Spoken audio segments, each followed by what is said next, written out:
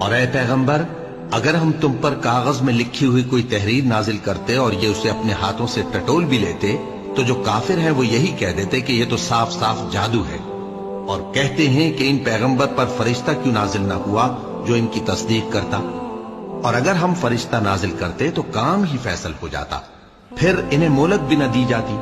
نیز اگر ہم کسی فرشتے کو بھیجتے تو اسے مرد کی صورت میں ہی بھیجتے، اور جو شبہ یہ اب کرتے ہیں اسی شبے میں انہیں ڈال دیتے۔ اور تم سے پہلے بھی پیغمبروں کے ساتھ ہنسی ہوتی رہی ہے، پھر جو لوگ ان سے ہنسی کیا کرتے تھے ان کو ہنسی کرنے کی سزا نے آ گھیرا۔ کہو کہ ملک میں چلو پھرو، پھر دیکھو کہ جھٹلانے والوں کا کیا انجام ہوا۔ کہو کہ آسمان اور زمین میں جو کچھ ہے کس کا ہے؟ کہہ دو اللہ کا۔ اس نے اپنی ذات پاک پر رحمت کو لازم کر لیا ہے، وہ تم سب کو قیامت کے دن جس میں کچھ بھی شک نہیں ضرور جمع کرے گا۔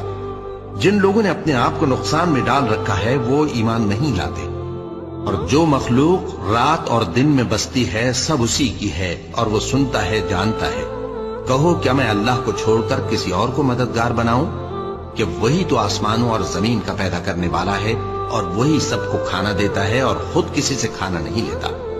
یہ بھی کہہ دو کہ مجھے یہ حکم ہوا ہے کہ میں سب سے پہلا فرما بردار بنوں۔